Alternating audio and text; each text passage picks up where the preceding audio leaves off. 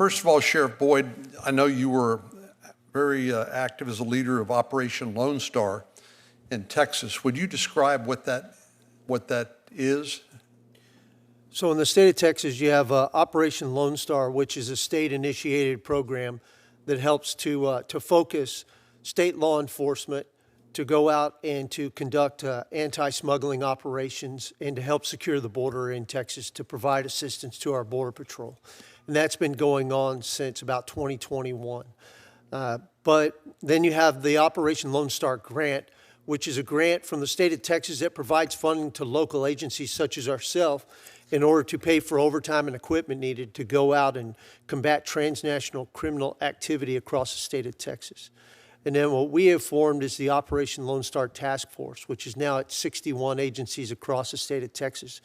And we come together and we work in unison with our partners at ICE, Border Patrol, Homeland Security, Texas Department of Public Safety, and Texas Parks and Wildlife, and of course, the Texas Department of Agriculture under Commissioner Sid Miller.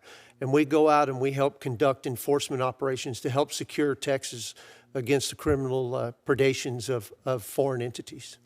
Well, Sheriff, can you explain for people who are listening why, if these are federal immigration laws that are being violated by people illegally entering the country, why is it necessary for local and state law enforcement to work alongside of Customs and Border Protection, the Border Patrol, and ICE to deal with this problem?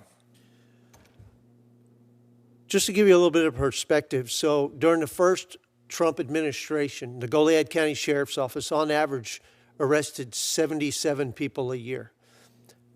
In 2021, we arrested 252. We thought that was a phenomenal number. How far are you from the border now? 180 miles. Okay. Halfway between Laredo and Houston. Okay. So from there, by 2024, we arrested 502 people. It climbed every single year. It now is on the path declining since the second Trump administration has come in. But the problem is that we have allowed tens of millions of people to come into this country illegally, and they are all beholden to the cartels, and they are moving around. And there's no way for our federal partners to be able to tackle this monumental problem without the assistance of local and state law enforcement.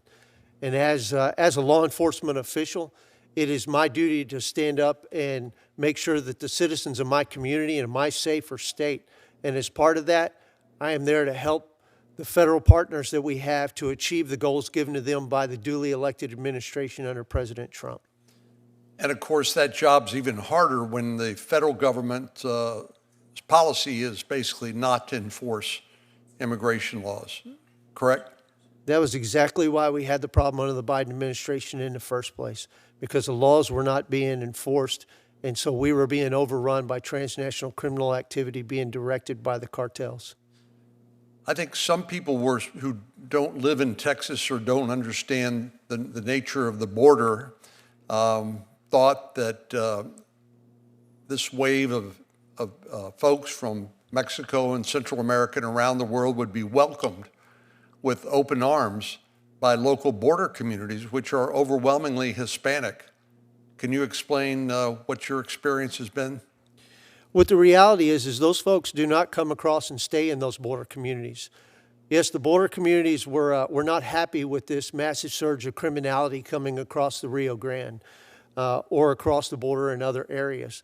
But what you'll find is those individuals were being moved in by the cartels. When they got here, they are not free to go. They are indentured servants. They go where they've been assigned to go to. And those individuals would come up and in our area go to Houston for distribution all across the eastern half of the United States.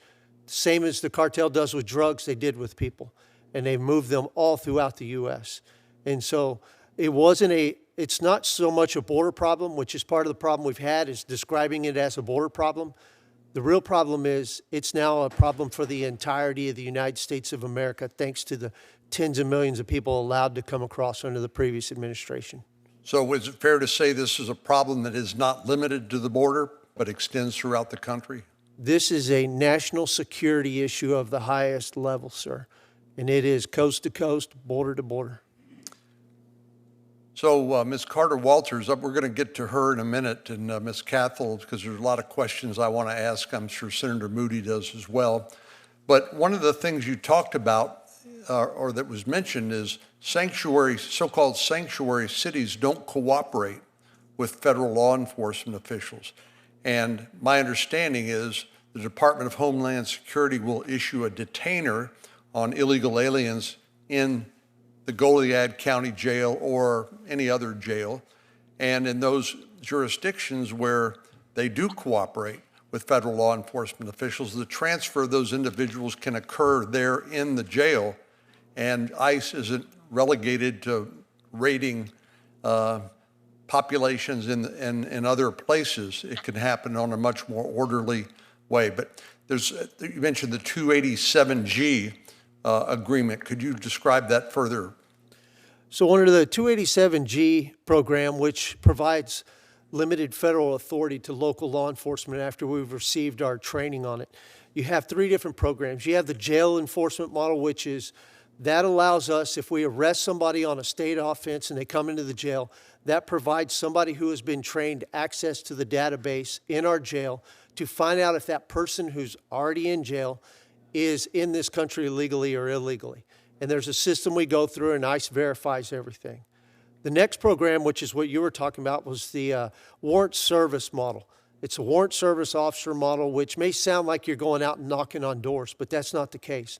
What it does is it grants those who are trained in the jail the authorization to transfer somebody who's in jail on state custody from state to federal custody at the request of ICE. It also allows us to transport them from a facility that is not a contract facility for incarceration to another jurisdiction that is a contract facility for incarceration for federal crimes. The last program is the task force model program. And what that does is that allows us, my deputies in the field, myself included, to go out, and when we're conducting our business and we come across somebody that we believe is in this country without authorization, gives us the ability to contact ICE, to go through a verification process.